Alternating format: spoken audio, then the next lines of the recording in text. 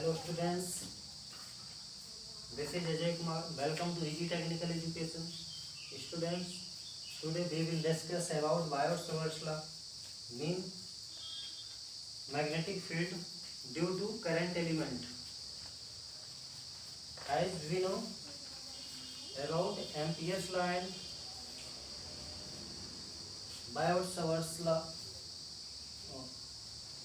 where we have already found magnetic field due to moving charge. Here we will discuss magnetic field due to current element. Mean both are similar, but here we will discuss about magnetic field due to current element. First we write magnetic field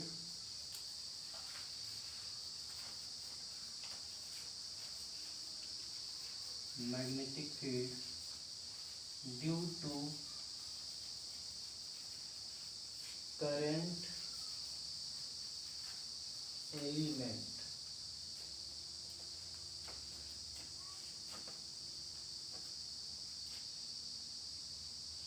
या bracket में लिख लीजिए Biot-Savart law. देखिए point जो वहां पे लिखे गए थे सारे पॉइंट यहाँ भी वही लिखे जाएंगे, कुछ अंतर नहीं. जैसे कि Biot-Savart law is used to determine magnetic field intensity near a current carrying conductor. यहाँ पे भी वही लिखना. Biot-Savart law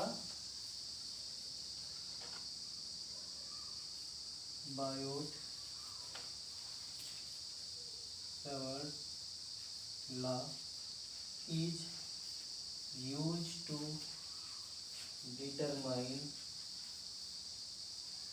magnetic field intensity. Magnetic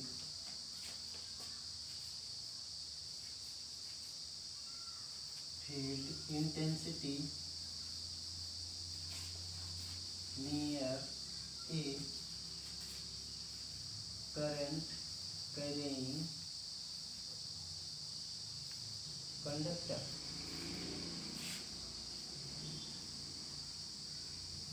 Wire.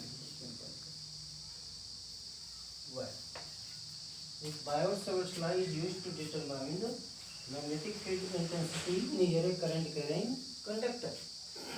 सीधा यानी बायोट-सावर्त नियम का उपयोग हम किसी धारावाही चालक के समीप चुंबकीय क्षेत्र की तीव्रता को निर्धारित करने के लिए करते हैं. हिंदी में भी लिख लीजिए बायोट-सावर्त लॉ. बायोट-सावर्त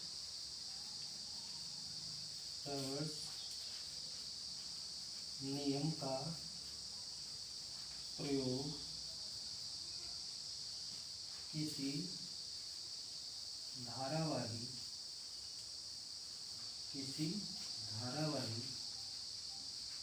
चालक के समीप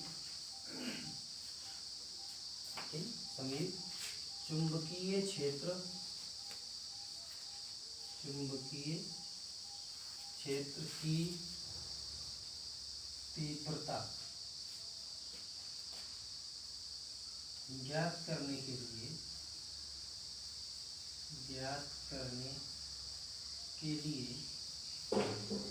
करते हैं. सिंपल वही चीज आप कह सकते हैं कॉपी पेस्ट और कुछ नहीं. ठीक, अभी से हम समझते हैं इसमें क्या थ्योरी है. तो आप सपोज कर लीजिए कि आपके पास कोई एक करंट कैरिंग कंडक्टर. ठीक, तो सबसे पहले आपने एक करंट कैरिंग कंडक्टर ले लिया, यानी कि एक कंडक्टर जिसमें आपने क्या किया, करंट दे दिया, नाम हो गया करंट कैरिंग कंडक्टर. ठीक, अब हम क्या करेंगे, यहाँ पे एक इनफाइनाइट स्मॉल लेंथ के वायर को हम लेंगे, दैट मीन DL. अब हम इस बहुत छोटे टुकड़े को लेकर हम इसकी वजह से हम मैग्नेटिक फील्ड सपोज करो यहाँ पर P पॉइंट अगर हम निकालना चाहते हैं यहाँ पे क्या होगा, मैग्नेटिक फील्ड। तो अगर ये स्मॉल लेंथ ऑफ वायर है तो जो मैग्नेटिक फील्ड यहाँ पे बनेगी वो भी क्या होगी, स्मॉल होगी। दैट मीन डी बी, ठीक, स्मॉल मैग्नेटिक फील्ड होगी। अब एक चीज और, ये जो स्मॉल लेंथ है इसकी तो कोई डायरेक्शन नहीं, ठीक, लेकिन जो एक करंट जा रही है इसकी एक डायरेक्शन है। अच्छा, सबसे पहली चीज, एक चीज और यहाँ समझने वाली बात है कि कोई पूछ सकता है कि यार हम इस वायर को ऐसा ही क्यों बनाए, ऐसा हम बना देते तो कोई गलत ना होता। बट यहाँ पे ऐसा बनाने से एक कॉन्सेप्ट समझ में आता है, क्या, ये जो करंट होती है, आप जानते हो करंट क्या है, स्केलर क्वांटिटी है, तो इसकी कोई फिक्स डायरेक्शन नहीं होती है, करंट की इधर जा रही है, ठीक। तो ये करंट की जो डायरेक्शन है ये क्या होती है, वेरी करती है। इसलिए मैंने बना दिया ऐसे कि ऐसे अगर तार है तो करंट की डायरेक्शन भी वेरी करेगी, ठीक। ऐसा बना देने से आपको कुछ और लिखने की जरूरत नहीं पड़ेगी, वो अंडरस्टूड बात हो जाएगी। तो यहाँ पे देखिए, ये जो करंट है इस वायर में, इस कंडक्टर में, इसको आप लिख लीजिएगा कंडक्टर, कंडक्टर सुचालक, या तार लिख लो सीधा सीधा, तार। अब ये अगर करंट यहाँ पे DL, infinite small length of wire में अगर इंटर करी तो ये क्या होगा, ये मिलेगा क्या, ये हो जाए, ये होगा आई डी एल। क्या होगा, आई डी एल। अब ये जो आई डी एल है इसी को हम क्या बोलते हैं, करंट एलिमेंट। क्या बोलेंगे, करंट एलिमेंट। अब देखिए, ये जो करंट एलिमेंट है ये क्या करेगा, यानी यही जो करंट एलिमेंट है यही मैग्नेटिक फील्ड बनाएगा, ठीक। अब इसी करंट एलिमेंट के द्वारा जो मैग्नेटिक फील्ड बनेगी उसी को हमें ज्ञात करना है कि क्या होगा, कितना होगा। बात समझ में आ रही? तो करंट एलिमेंट कितना कुछ मैग्नेटिक फील्ड बनाएगा इसे हम देखेंगे, ठीक। तो यहाँ पे चाहो लिख लो करंट एलिमेंट, यहाँ पे लिखिए आई डी एल, ऐसे करंट एलिमेंट, इसको क्या बोलते हैं, करंट एलिमेंट। ये काम क्या करता है, ये क्रिएट करता है, करंट एलिमेंट क्रिएट ये मैग्नेटिक फील्ड, ये मैग्नेटिक फील्ड, करंट एलिमेंट एक मैग्नेटिक फील्ड क्रिएट करेगा। अब ये जो मैग्नेटिक फील्ड क्रिएट करेगा, अब ये देखिए ये किन किन चीजों पर डिपेंड होगा, यहाँ पर यही बात, ठीक। तो ये जो मैग्नेटिक फील्ड, इसको डीबी बोलेंगे, डीबी। अब देखिए डीबी किन किन चीजों पे डिपेंड है। सबसे पहले dB, dB is directly proportional to I, यानी कि अगर हम करंट की क्वांटिटी बढ़ा दें तो ये जो मैग्नेटिक फील्ड है यहाँ पर है इसकी भी क्वांटिटी बढ़ जाएगी। That mean DB directly proportional to current, current बढ़ाएंगे तो चुंबकीय क्षेत्र भी बढ़ेगा। इक्वेशन नंबर 1 कंसीडर करो। इसी तरह से dB is directly proportional to small, ये dl length of wire, length of wire, ये डीएल। अगर इस डीएल को बढ़ा दो, लेंथ को, वायर को बढ़ा दो तो मैग्नेटिक फील्ड ऑटोमेटिक बढ़ जाएगा।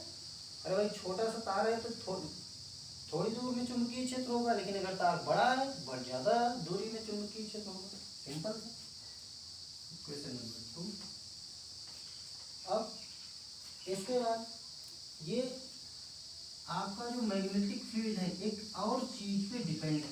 किस पे, आपको पता है, ये दूरी अगर मान लीजिए यहाँ से यहाँ तक आर है तो ये इस आर पे भी डिपेंड होगा। कैसे, अभी मैंने जब बताया था Biot Savart's law due to moving charge, ठीक है, कि यहाँ पे इनवर्स स्क्वायर रूल फॉलो होगा, यानी DV is directly proportional to 1/r²। इसको इक्वेशन नंबर 3 कंसीडर कर लो। और इसी तरह से D B is directly proportional to sine theta. इसको इक्वेशन नंबर 4 कंसीडर कर लो। कुछ दिक्कत किसी को नहीं।